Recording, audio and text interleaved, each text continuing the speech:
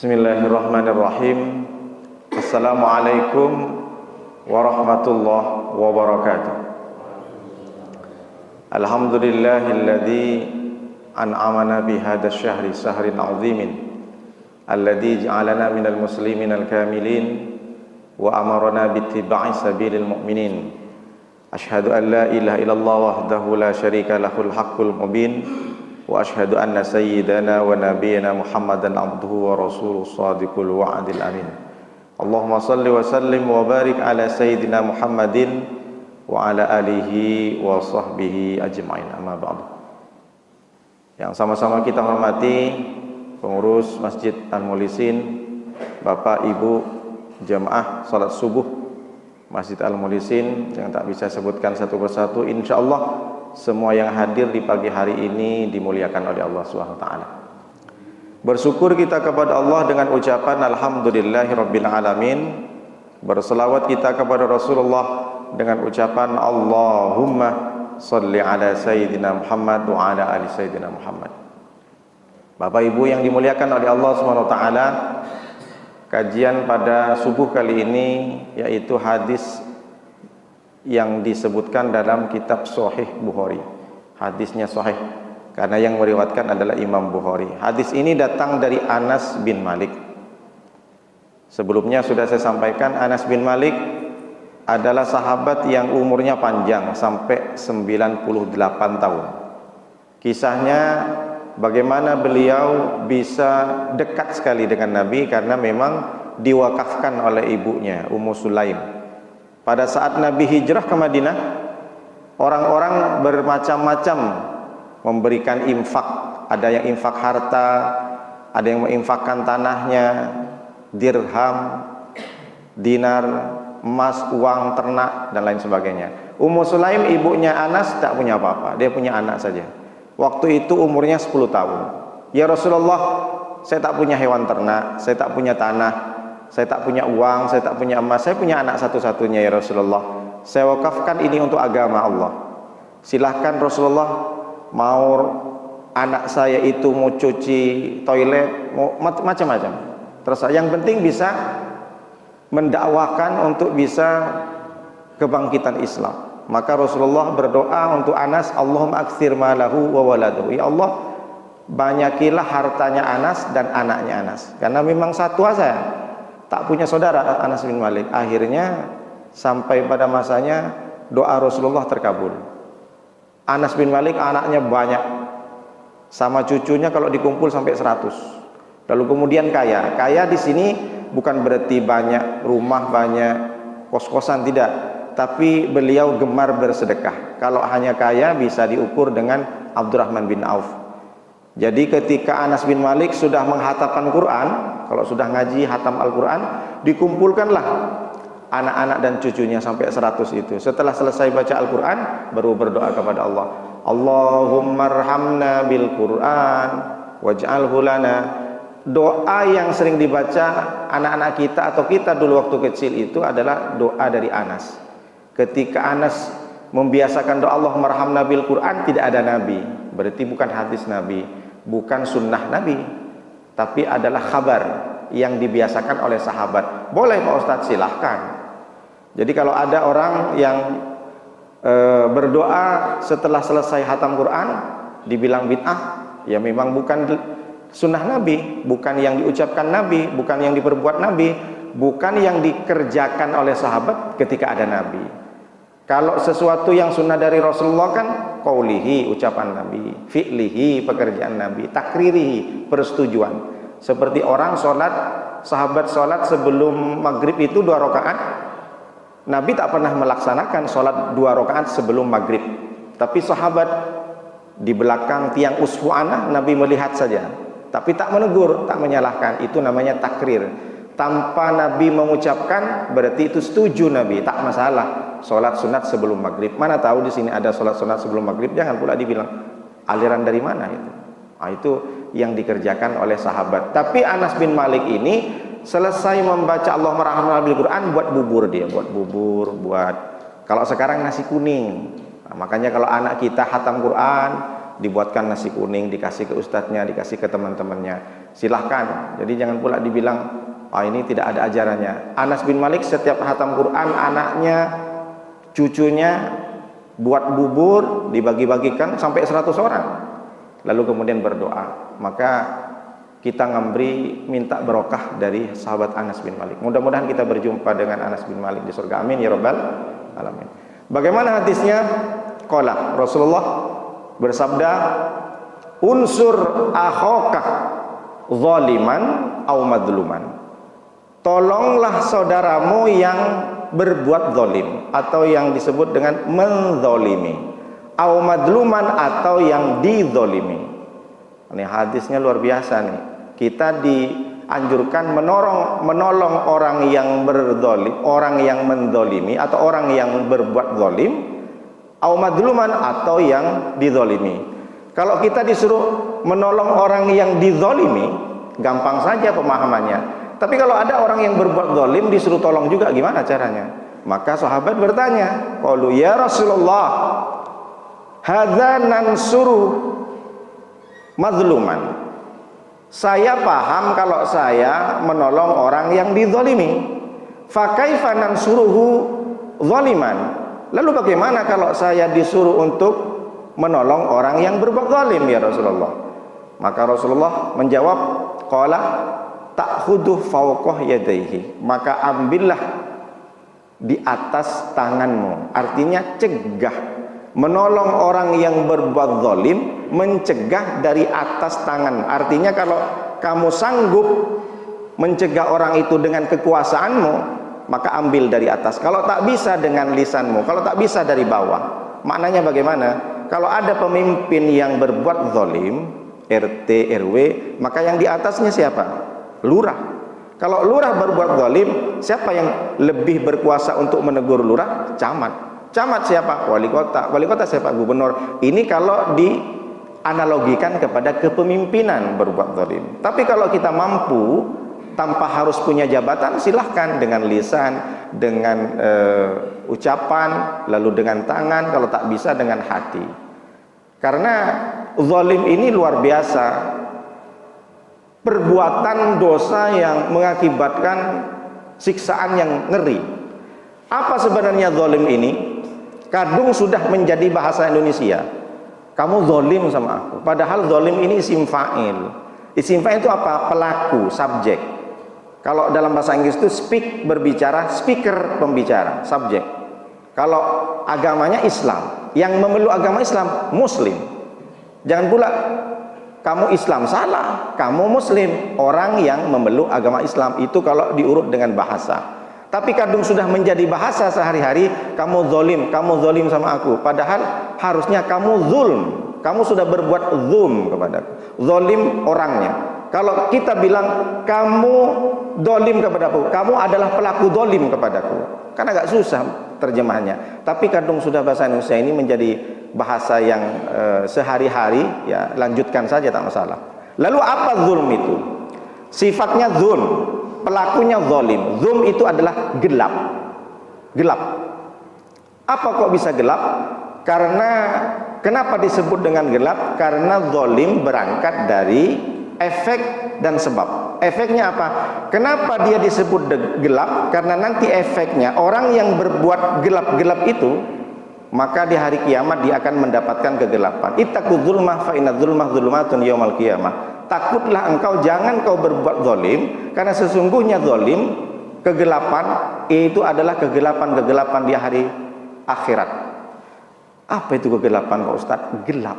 Yang kedua itu makanya disebut dengan sebab. Kenapa orang zalim? Karena dia gelap. Apa yang gelap? Hatinya gelap. Zulumatul qalbi. Gelap hatinya. Makanya ada istilah bahasa Indonesia, dia sudah gelap mata. Karena gelap mata, bukan cuma gelap mata, gelap hati. Kenapa? Bisa pula dia mukul anaknya sampai mati. Kenapa? Karena gelap hati. Hatinya gelap. Bagaimana gelap nih Pak Ustadz? Maksudnya bagaimana? Tahun baru jam 4 saya mau kajian subuh di Aliman, tak jadi karena sudah gelap semuanya. Bagaimana gelap? Kalau sudah gelap di rumah, kita tak bisa bedakan mana nasi yang baik, mana nasi yang bagus. Kalau orang sudah gelap, nabrak sana, nabrak sini, karena tak bisa pandang mata. Maksudnya bagaimana? Tak paham Pak Ustaz. Kalau orang sudah gelap, seorang suami tak bisa bedakan mana istri sendiri, mana istri orang. Dihantam aja semua. Udah gelap hatinya. Kalau hati sudah gelap, seorang pemimpin tak tahu mana sembako untuk masyarakat, sembako untuk pribadi, dihantam semuanya. Karena gelap hatinya.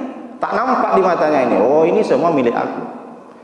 Sampai hati seorang menteri yang kaya raya ditugasin oleh pemerintah untuk membagikan bantuan COVID-19. Kaya, pengusaha, seorang menteri, tapi bisa pula dia korupsi. Kenapa? Karena gelapnya hati. Dia tak bisa bedakan mana harta milik orang miskin, mana yang untuk makan sendiri sama anaknya. Dihantam semua, diambil semuanya. Ini maksudnya gelap. Bagaimana gelap Pak Ustadz? Rasakan. Bagaimana kalau PLN di Batam sudah memadamkan, ribut semuanya. Yang merayakan tahun baru, ribut semuanya. Ini kita harus tuntut. Bersuara semua. Padahal berapa menit, berapa jam. Paling sekitar kalau kemarin tahun baru itu dari jam 4 sampai jam 5 mungkin. Ngamuk semuanya. Nah, kalau Bapak Ibu pengen tak punya kegelapan, tak dapat kegelapan di akhirat, rasakanlah bagaimana kegelapan di dunia. Kalau orang sudah gelap, ngamuk semuanya, padahal cuma dunia. Bagaimana gelapnya nanti di akhirat? Nauzubillah min dzalik. Begitu agaknya. Jadi kalau kita nengok orang gelap, padam listrik, langsung aja, oh berarti ini yang dibahas oleh Ustadz Nuruddin itu kajian subuh. Rasanya luar biasa. Dulu kalau di rumah itu gelap, bayi itu tersengal-sengal, sesak nafas. Dulu ada cerita dari orang-orang tua itu, kalau bayi di rumah itu sudah gelap gulita, sesak nafas, berpengaruh. Makanya gelap ini menjadi salah satu faktor orang tak bisa mendapatkan rahmat nanti. Karena nanti di padang mahsyar kita berjalan untuk sampai kepada hisab itu 10.000 tahun, tanpa alas kaki, tanpa baju sehelai pun. Kalau orang berjalan sudahlah panas karena keringat, ada panasnya matahari, belum lagi gelap, berjalan tertati-tati, bagaimana rasanya? Sudahlah panas, maka orang yang tidak ingin mendapatkan gelap tentu ada orang beriman. Makanya Allah Subhanahu wa taala mengatakan, nuruhum yas'a baina aydihim wa bi aymanihim. Orang beriman itu memiliki cahaya dari Allah, yas'a, memancarkan cahayanya di mana? Baina aydihim, di depannya, wa bi aymanihim, dari kanan dan kirinya. Orang yang beriman dia selalu merasa terang dan akan diberikan cahaya oleh Allah. Jadi dia tidak tertantuk, tidak tertabrak. Kalau sudah gelap mata, maka seorang ayah sudah tidak tahu ini anak atau ini hewan, dibunuh. Kalau sudah gelap mata, yang viral seorang anak memperkosa ibunya dan adik kandungnya karena hanya tidak diberikan uang. Kalau sudah gelap mata, seseorang yang namanya kalau dipanjangkan, saya tak tahu namanya, saya dengarnya dari netizen, rojion katanya, tak tahu mana menantu mana mertua, diembat aja semua, produk sama pabriknya diembat. Sampai sekarang pun tak selesai. Belum lagi klarifikasi, oh itu saya katanya kebetulan saja, padahal sudah jelas.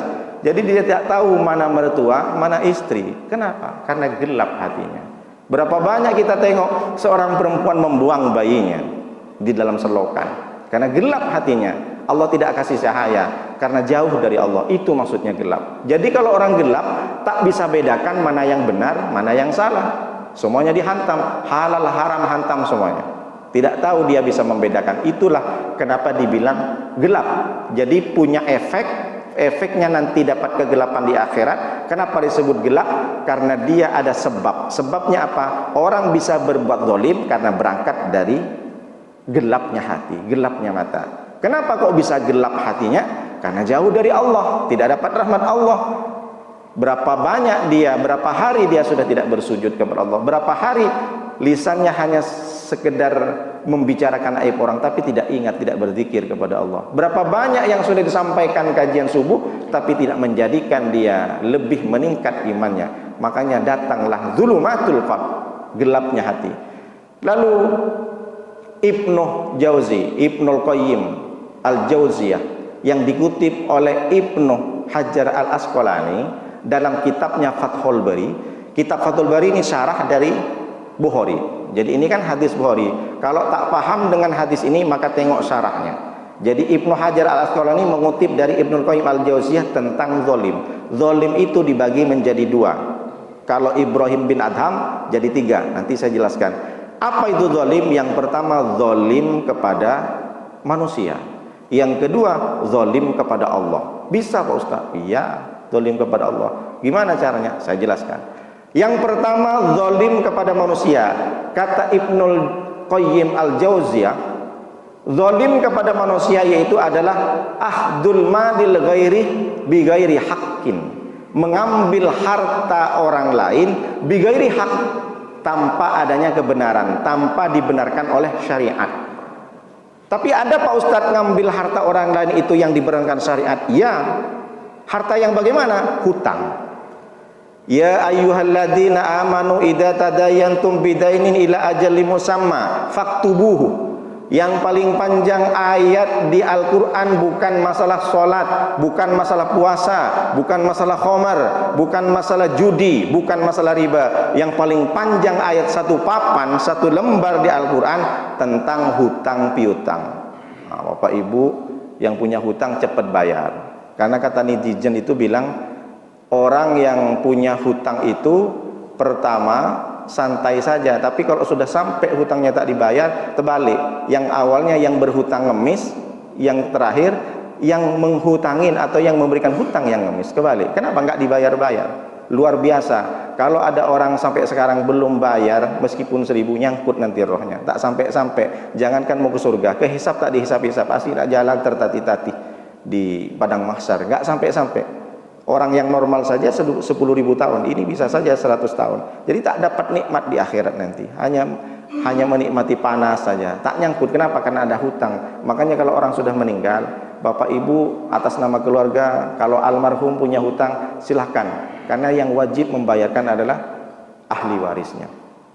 Kata Allah Subhanahu wa taala, wahai orang-orang yang beriman, idza tadayantum bidainin ila ajali musamma, jika engkau melakukan transaksi hutang piutang, maka tentukan kepada tempat, kepada hari yang sudah ditentukan, faktubuhu, maka tulislah. Gimana tuh Pak Ustadz? Misalkan begini, saya ini mau hutang sama Bapak, sama pengurus Masjid Al-Mulisin. Pak, saya mau hutang Pak. Berapa Pak Ustadz? 2 juta. Siap Pak Ustadz, saya kasih. Tapi tunggu dulu Pak Ustadz, saya ketikkan surat pernyataan tentang perjanjian hutang-hutang. Ngamuklah saya. Pak, Bapak selama ini tak percaya sama saya. Kenapa bikin surat perjanjian? Oh, ini perintah Allah Pak Ustadz. Pak Ustadz masa tak tahu? Apabila melakukan transaksi hutang piutang, faktubuhu Pak Ustadz, harus ditatat dan harus ada 2 saksi. Wastashhidu syahidaini min rijalikum.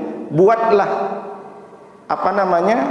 tugaskanlah 2 saksi dari laki-laki, waliyaktub bainakum katibum bil adli, dan dibentuklah orang yang tukang menulis dengan yang memiliki sifat adil. Jadi seorang ustadz misalkan tak percaya, Bapak ini selama ini tak percaya sama saya. Bukan begitu, Pak Ustadz sama Allah lebih tinggi mana? Ini perintah Allah, sementara ustadz manusia. Saya mikir, oh iya juga. Kenapa? Karena boleh jadi nanti hutang saya itu tak bisa dibayarkan karena tidak ada bukti, tak mengaku orang itu punya hutang. Maka Bapak Ibu mulai sekarang kalau mengikuti perintah Allah, berapapun orang itu berhutang, buatlah surat perjanjian, dibikin. Kalau tak terima jangan kasih hutang. Sampaikan aja ini perintah Allah. Kapan Pak Ustadz bayar? Mei. Apalagi Pak Ustadz bayar Mei. Kenapa Mei? Maybe yes, maybe no Pak Ustadz. Nanti tak bayar pula katanya. Oke, siap. Maka ditentukan bulan Mei saya bayar. Sampailah bulan Mei, lalu kemudian datanglah Bapak untuk menagih hutang ke saya. Pak Ustadz, hari ini sudah sampai ke bulan Mei, saya mau menagih. Aduh, mohon maaf Pak, kenapa? Saya belum punya uang, kebetulan kemarin bayar ini, bayar itu. Oh tak apa-apa Pak Ustadz, karena Bapak tak tahu ya, di ayat 280-nya kan ada wa in kana dzu usratin fanadiratun ila maisarah. Kalau orang yang berhutang saat ditagih dia dalam keadaan usrah, dalam keadaan melarat, tak punya uang, fanadiratun ila maisarah, maka hendaknya bapak ini harus memandang kapan dia bisa bayar. Tunggu sampai lapang, Pak. Oh iya.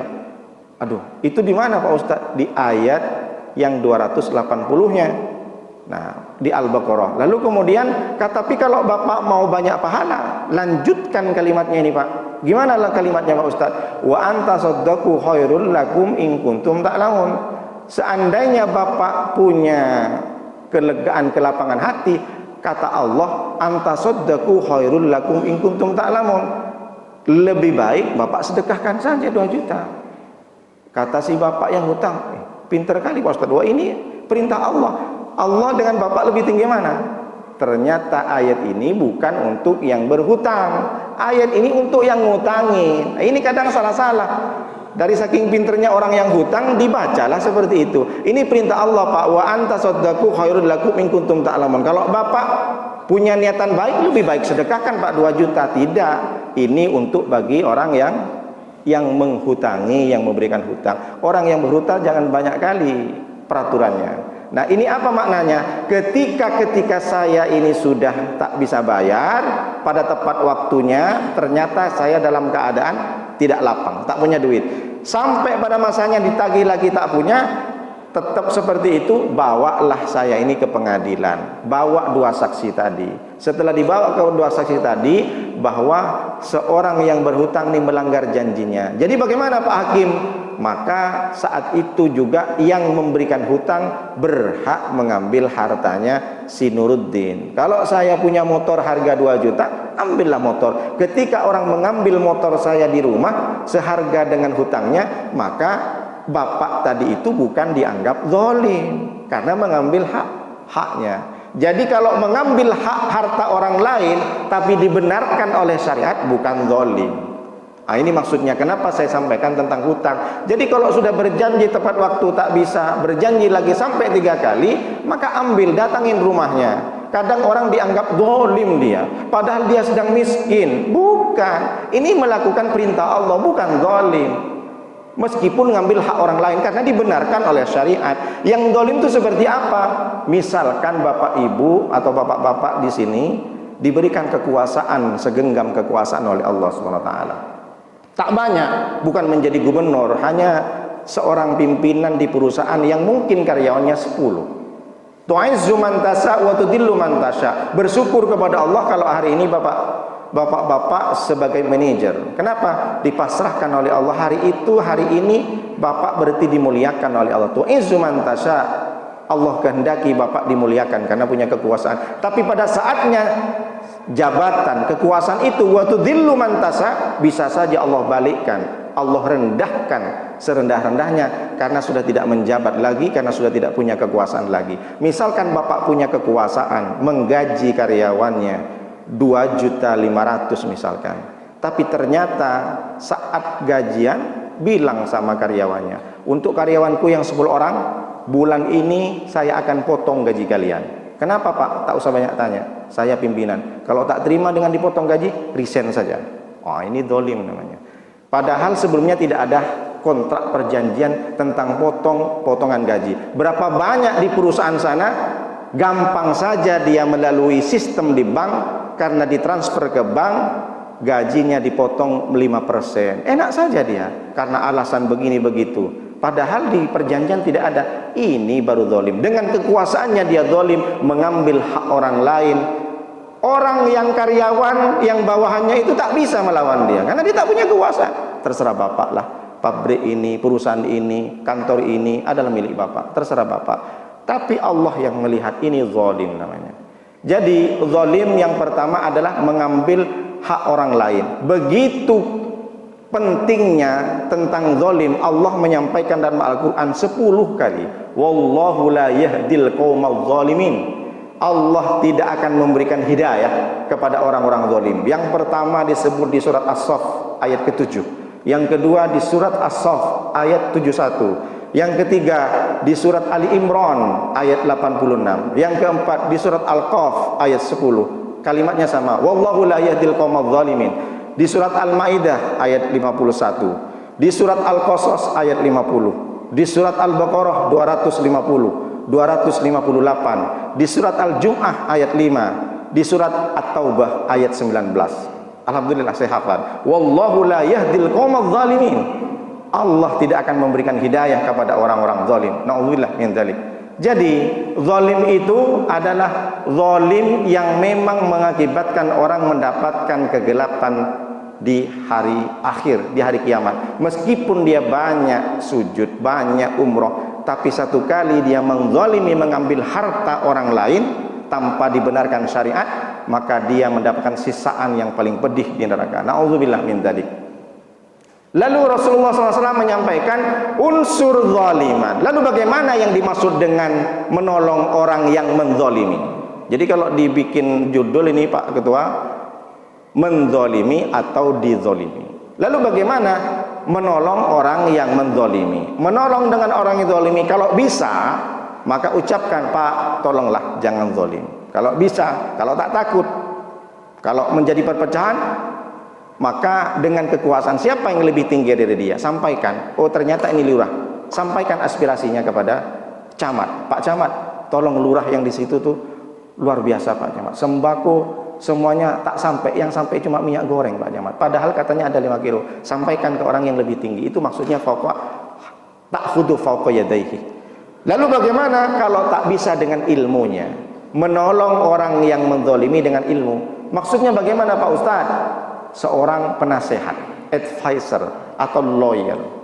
Dan sekarang kita tengok pengacara banyak menolong orang yang menzalimi, bukan mencegah tapi membantu kezalimannya. Seperti siapa? Bukan cuma zaman Nabi Muhammad. Sebelum Nabi Muhammad, zaman Nabi Musa ada namanya Haman. Disebutkan oleh Allah di Al-Quran, Inna fir'auna wa Haman kanu khati'in wa junudahuma kanu khati'in. Sesungguhnya Fir'aun dan Haman dan tentaranya adalah orang-orang yang salah. Siapa Haman? Haman ini pembisik dari Fir'aun. Fir'aun sebenarnya dia orang baik, tapi karena pembisiknya ini, penasehatnya, dia memberikan pertolongan, bukan membantu dalam mencegah, tapi membantu untuk melancarkan aksi-aksi kejahatannya. Begitu juga kita lihat pemimpin, saya tak sebut pemimpin apa. Orang pemimpin rusak, raja rusak, bukan karena perbuatan kejamnya, tapi karena pembisik-pembisiknya ini berbahaya. Dan kita lihat pembisiknya nih memang tidak tampil di layar, di belakang, tapi terbentuklah, terciptalah kebijakan-kebijakan yang menyengsarakan rakyat. Jadi Haman ini adalah orang pintar. Haman juga ngerti dan yakin, percaya dengan Tuhannya Musa, yaitu Allah. Maka satu ketika Fir'aun mengatakan, qala al-Fir'aun ya ayyuhal mala'u, wahai para menteri-menteriku, para pembesar-pembesarku, kata Fir'aun, ma'alimtu lakum min ilahin gairi. Aku tidak tahu kalian itu punya Tuhan selain aku. Aku yakin hari ini kalian punya Tuhan, tak mungkin kalian punya Tuhan selain aku, kata si Fir'aun. Lalu kemudian si Fir'aun mengatakan, fa'aukitli, maka buatlah ya Haman, wahai Haman, alatin, buatlah batu bata dari tanah, faj'alli sorhon, buatlah aku menara. Setelah kau buat bata, buatlah menara yang paling tinggi, la'alli attali'u ila ilahi Musa wa inni la'adunnuhu minal kadhibin, agar aku bisa lihat Tuhan Musa itu benar nggak adanya. Buat menara yang tinggi, aku naik ke atas dan aku bisa lihat dan bisa memastikan wa inni la'adunnuhu minal kadhibin, dan aku yakin bahwa Musa dan Tuhannya itu adalah orang-orang yang kadzab, orang-orang yang bohong, kata si Fir'aun. Jadi Haman ini adalah penasehat Fir'aun, lawyernya Fir'aun, pembisik Fir'aun yang menyesatkan Fir'aun. Jadi ini stepnya, perbedaannya, dia menolong orang yang menzalimi tapi dengan cara bukan mencegah. Jadi bukan seperti ini maksudnya. Orang menolong orang yang menzalimi, yang berbuat zalim, mencegah, tapi ini justru malah membiarkan kejahatan-kejahatan Fir'aun terjadi. Ini yang dimaksud zalim. Kenapa mesti harus disampaikan oleh Rasulullah harus tolong orang yang zalim? Karena kalau ada di komplek ini orang yang zalim, kita kena pengaruhnya. Betul tak? Iya. Karena kalau orang zalim di sini diazab oleh Allah, yang kena bukan orang zalim saja, Yang tak dolim pun kena imbasnya. Itu maksudnya. Makanya kalau ditanya, kalau disampaikan pernyataannya, mencegah dari berbuat dolim itu berat, tapi mencegah dari orang yang berbuat dolim amat sangat berat. Makanya Allah menyampaikan, wattaqu fitnatan, takutlah engkau kepada fitnah, azab maksudnya. La tusibannal ladzina dzalamu minkum khassah, karena azab dari Allah itu tidak mengenai alladzina dzalamu minkum khassah, khusus kepada orang zalim. Kita lihat tsunami diberikan oleh Allah, apakah orang yang durhaka dan berbuat dosa saja yang mati? Tidak. Orang yang ahli ibadah, anak seorang perempuan yang menggendong anaknya tiba-tiba ada tsunami. Gempa di Cianjur, apakah yang diberikan gempa oleh Allah yang meninggal adalah orang yang zalim saja? Tidak. Orang yang baik-baik saja ini juga terkena. Tidak ada istilah diseleksi oleh malaikat. Oh, ini banyak ibadahnya, oh ini kajian subuh. Kalau Allah sudah berikan azab ke Batam ini, semua bisa mati juga, bukan hanya orang zalim. Berarti apa? Kalau kita hidup di antara orang-orang yang zalim, mengerikan. Makanya satu ketika Abu Ja'far, ada khalifah namanya Abu Ja'far Al-Ma'thur di Irak. Beliau mengundang Imam Sufyan Ats-Tsauri. Imam Sufyan Ats-Tsauri ini ulama besar, madhab juga. Kalau kita kan madhab Syafi'i, madhab ini kan banyak, bukan hanya 4. Yang masyhur ada 4. Imam Sufyan Ats-Tsauri ini juga punya madhab. Banyak di Irak ini mengikuti madhabnya Imam Sufyan Ats-Tsauri. Imam itu kiai, kalau di sini kiai. Jadi diundang oleh khalifah, oleh raja di Irak namanya Abu Ja'far Al-Ma'thur. Wahai imam, silahkan datang ke istana, saya undang untuk pengajian, untuk tausiah misalkan. Diundang 1 kali, Sufyan ini tidak hadir. 2 kali tak hadir, 3 kali pun tak hadir. Qadarullah, saatnya dia ditakdirkan oleh Allah ternyata bertemu di depan Ka'bah, sama-sama umroh. Lalu datang disamperin sama Abu Ja'far. Imam Sufyan Ats-Tsauri nunduk saja, tak nyapa meskipun berpapasan. Wahai Imam Sufyan Ats-Tsauri, kenapa saya undang 3 kali berturut-turut engkau tidak bisa menghadiri undanganku? Kenapa? Bukankah hak seorang muslim itu ketika diundang datang? Hakul muslimi alal muslimi situn. Haknya orang Islam kepada Islam yang lain ada 6. Yang pertama, idza laqitahu fasallim alaihi. Kalau bertemu sesama muslim, maka ucapkan salam. Wa idza da'aka fa'ajibhu. Kalau kalian diundang dengan saudaramu yang muslim, fa'ajibhu, datanglah. Lalu yang ketiga, wa idzastansaha fansahhu, wa idzastansahka fansahu. Ketika engkau minta nasihat, maka berikanlah nasihat dia. Lalu yang selanjutnya, wa idza atasha, ketika ada orang lain yang bersin, fahamidallah, ketika orang lain bersin mengucapkan alhamdulillah, fasamithu, maka jawablah yarhamukallah.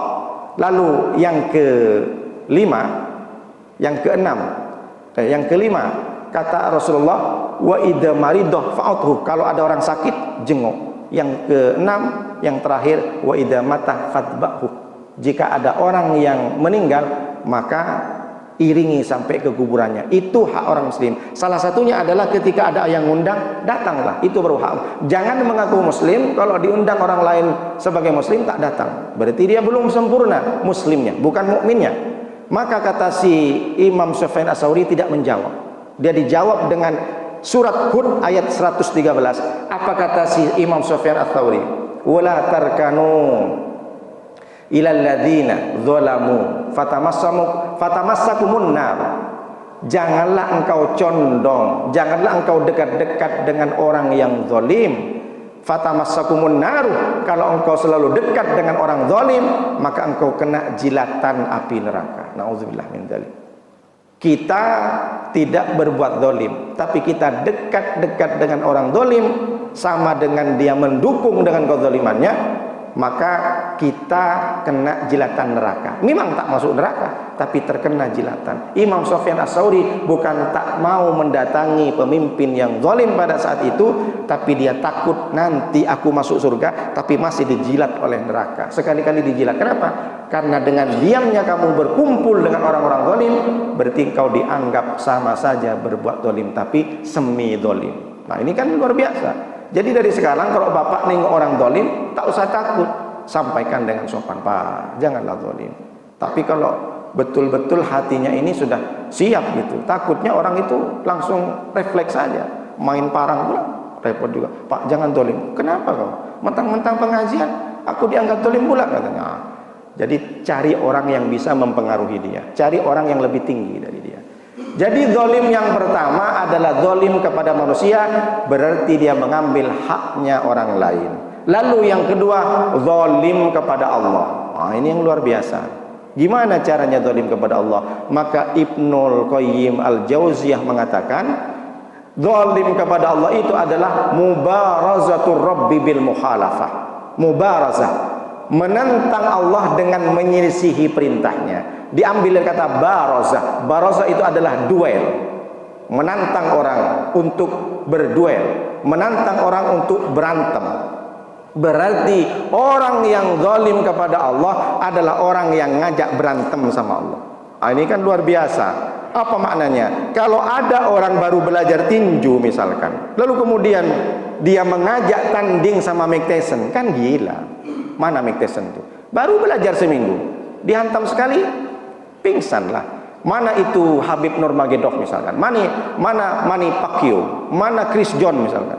Dia belajar baru seminggu, ngajak tanding orang yang lebih mahir. Ini ngajak tanding sama Allah. Mubarazah ini adalah duel satu lawan satu. Dulu zaman perang, dia ada yang mengikuti taktik perang, etika perang itu tidak harus berantem prajuritnya. Dia panglima bawa prajurit 10.000, panglima bawa 10.000. Yang berantem bukan prajuritnya, panglima sama panglima. Gimana? Kalau satu panglima kalah, maka prajurit yang 10.000 pulang. Ada yang seperti itu etika peperangan. Jadi tak perlu harus perang semua. Tanding dulu antara panglima TNI-nya, mana yang menang, barulah dia yang dikatakan menang. Yang kalah meskipun masih banyak serdadunya pulang karena kalah panglimanya. Nah itu jadi kalau mubarazah, orang yang zalim kepada Allah ngajak berantem sama Allah. Maksudnya bagaimana? Disuruh oleh Allah jangan main judi, tapi judi. Masuk berapa kali umroh, pulang ke rumahnya masih main gaplek pakai judi. Katanya sudah hijrah, katanya ikut kajian subuh, katanya sering berjemaah. Di HP-nya masih banyak video-video vulgar, di HP-nya, di Facebook-nya masih follow akun-akun yang menjauhkan diri dari Allah, ditengoklah aurat-aurat. Berarti dia menentang Allah. Kenapa? Karena dia tidak ikutin perintah Allah. Seandainya ada orang yang bermaksud seperti ini, kata Ibnul Qayyim Al-Jauziyah, berarti dia ngajak berantem sama Allah. Cuma kita tak paham maknanya. Jadi dianggap biasa. Orang bermaksiat dianggap biasa. Orang membicarakan aib orang dianggap biasa. Padahal saat itu dia zalim kepada Allah. Zalim ke atas kepada Allah, zalim ke bawah kepada manusia. Gimana? Komplit ada yang mengerjakan dua-duanya? Iya, ada yang satu-satu. Ada yang zalim kepada manusia, diambil semua, dimulai dari hewan harimau sampai ikan teri, diembatnya semua, diambil hak orang lain. Itu zalim namanya. Pelitnya luar biasa. Mulai dari ayam, mulai dari sapi sampai ke daging ikan yang paling kecil saja tak pernah dia ngasih ke tetangga. Pelitnya luar biasa, padahal mampu. Zalim kepada manusia. Di samping kanan kiri ada anak yatim dan orang miskin yang belum makan. Asik nak dia pamer-pamer sana sini, memamerkan emasnya, memamerkan baju, jubahnya segala macam.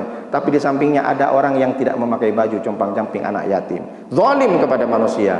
Ada yang zalim kepada manusia, tapi ke Allah bersujud. Berarti ini zalim kepada manusia, zalim kepada ke bawah, tapi tak zalim kepada Allah. Memang dia itu sujud umroh berkali-kali, tapi dia pelit, tapi dia tak pernah bersedekah. Ini zalim kepada manusia saja, tapi tak zalim kepada Allah. Ada yang zalim kepada Allah, tak zalim kepada manusia.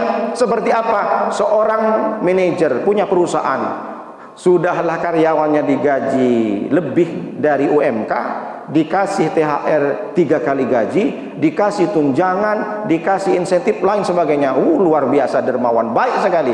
Tapi tak pernah keningnya sujud di depan Allah, tak pernah sholat. Memang dia bikin masjid, memang dia buat sedekah sampai 1 miliar, sedekah membagikan sembako luar biasa sampai dipuji-puji orang. Ternyata dia tak pernah sedikit pun, sehari pun dia tak pernah sujud untuk kepada Allah. Dia menganggap sedekah itu hanya menyelamatkan, tapi lupa dengan Allah. Ini yang luar biasa. Memang tak zalim kepada manusia, tapi zalim kepada Allah. Apalagi solat.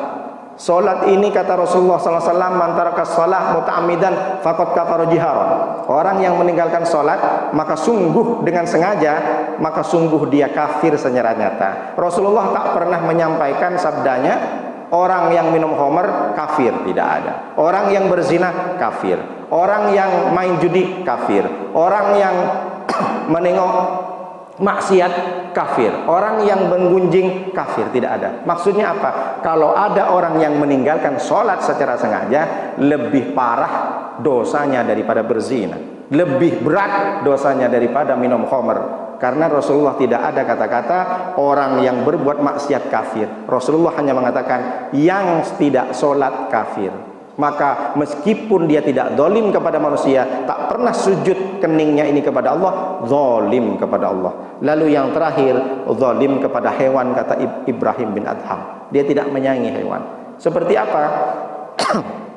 Satu ketika Ibrahim bin Adham datang, misalkan beliau tinggal di Batam. Saya ilustrasikan seperti ini. Ibrahim bin Adham berangkat ke Pinang beli buah. Beli buah banyak, rambutan misalkan. Lalu sampailah, setelah dari Tanjung Pinang balik lagi sampai ke Punggur, tolak lagi ke Tanjung Pinang. Lalu ditanya sama orang Tanjung Pinang, "Loh, bukannya barusan kamu sudah naik kapal? Sekarang kan sudah sampai lagi sini. Ada apa? Apakah buahnya busuk?" Tidak. Apakah harganya terlalu mahal? Tidak. Apakah ada yang ketinggalan di Tanjung Pinang? Tidak. Apa kata si Ibrahim bin Adham? Saya ke sini untuk mengembalikan semut yang ada di rambutanku, yang ada di buahku. Kenapa emangnya? Saya kasihan sama semut yang ada di buahku ini. Karena hidup di perantauan itu sangat pedih, sangat susah, sangat sedih. Kalau dia tidak bertemu dengan orang, bayangkan, tanpa sengaja saya bawa semut dari Tanjung Pinang, dibawa ke Batam. Gimana nasib anak menantunya di Tanjung Pinang? Gimana dia, saudara-saudaranya? Belum lagi sampai di Batam, dia mesti harus berkenalan dulu, harus adaptasi dulu. Coba bayangkan, Ibrahim bin Adham bukan hanya memikirkan manusia, sampai rasa empatinya sampai ke hewan. Ini kadang beda kalau orang lain kan. Nengok sekali ada orang yang memang kerjaannya cuma bunuh hewan, masuk ke hutan, ambil obor, tak ada masalah. Tengok mana semut, dibakar aja semua. Kalau nengok sampai Ibrahim bin Adham, apa tak sakit hati? Dia saja tanpa sengaja membawa semut di rambutannya saja dia merasa bersalah, apalagi nih orang yang membakar semut. Kan ada orang tidak ada kerjaan, bawa obor masuk hutan, asik nak dibakar semua, padahal tidak ada salah. Atau kita menyiksa hewan, membunuh hewan tapi menyiksa. Ada lalat misalkan, atau apa saja, nyamuk dan sebagainya, dikepok tak langsung mati. Kan sudah saya sampaikan di hadisnya, fa'asinul kitlatah, maka berbaiklah membunuh dengan cara yang baik kepada hewan. Ini kadang masih disiksa hewan. Lalat itu diambil dulu sayapnya satu, yang satu dipanggil, habis itu kau bilang sama lalat yang lain, kalau tetap mengganggu muka begini nasibnya. Lalat itu gimana mau mati, mau bunuh diri pun tak bisa lalat itu. Artinya apa? Yang ketiga ini zalim kepada manusia, dia punya rasa sayang, tidak punya rasa sayang kepada hewan. Zalim kepada hewan, tidak punya rasa sayang kepada hewan. Ibrahim Adham ini tidak hanya sekedar simpati dan empati kepada manusia, tapi dia sampai hatinya kepada hewan. Begitu agaknya zalim yang diajarkan oleh para ulama salaf dan para sahabat-sahabat Nabi Shallallahu Alaihi Wasallam. Jadi sekarang kita sudah tahu, zalim kepada manusia mengambil haknya orang lain, zalim kepada Allah dia berbuat maksiat, menyelisihi Allah, menentang Allah, bahkan mengajak duel sama Allah. Lalu yang ketiga, zalim kepada hewan, dia tidak menyayangi hewan. Irhamu man fil ardi irhamkum man fis sama. Berkasih sayanglah kalian kepada seluruh penduduk bumi ini tanpa terkecuali, maka penduduk langit akan berkasih sayang. Apakah salah Ibrahim bin Adham? Masa hewan mesti kita kasih sayangi? Emang ada perintahnya, ada dalilnya? Ada. Surat Al-An'am ayat 38. Apa kata Allah?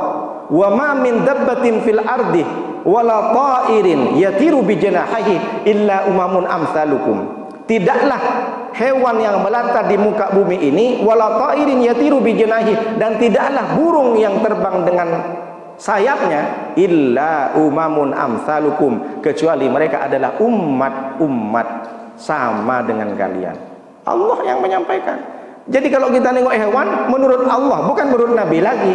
Di Al-An'am surat 38, bahwa semua hewan itu adalah umamun amsalukum, sama di depanku umat seperti kalian. Maksudnya apa? Karena ada hewan-hewan yang masuk surga, yang khusus masuk surga, seperti anjingnya Ashabul Kahfi, lalu kemudian burungnya Nabi Sulaiman dan segala macam. Hanya itu saja, bukan seperti semuanya, enggak.